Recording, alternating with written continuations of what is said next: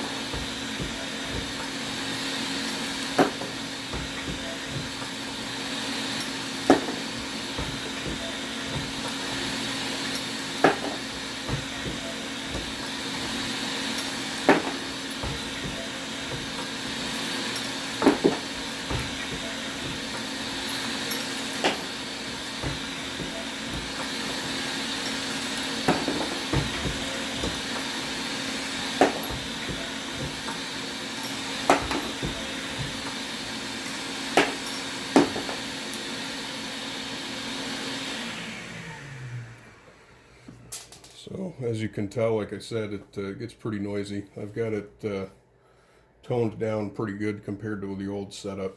The first noise that you hear, that's just the case trimmer. It's fairly quiet by itself, but as you can see, there's a vacuum hose that comes off of this, and I actually have this hose ran through the wall of this room into the next room where the vacuum cleaner is, because you get going for half hour, 45 minutes, or sometimes we've been at this for a couple hours at a time. It really kind of starts getting to you after a while. Another thing I forgot to mention is, when these are going in here, because this trim die does try to reform the brass too, you have to use a case lube on it. So this right here is just a homemade mix of, it's actually iso heat, it's dry gas that you can get at Walmart, and liquid lanolin. Never remember the proportions on it, but it works really good, and it's way cheaper than buying commercial case lube. I fill up this tin here pretty full, and give it about a half a dozen sprays, shake it around, make sure it's evenly distributed, and let it dry for about 5 minutes so it's not dripping wet and stinking of alcohol. The alcohol will flash off in about 5 minutes. But so that's how the case trimmer works on the Dillon RL 550B. and I'll try to get another video up.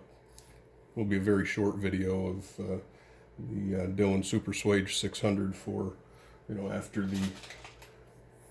the primer's knocked out on 556, being military brass, it's the primers are actually crimped in there, so you have to reform the primer pocket on it, and that part gets pretty mundane after a while. Just case after case after case, and just doing nothing but driving the swager into primer pockets.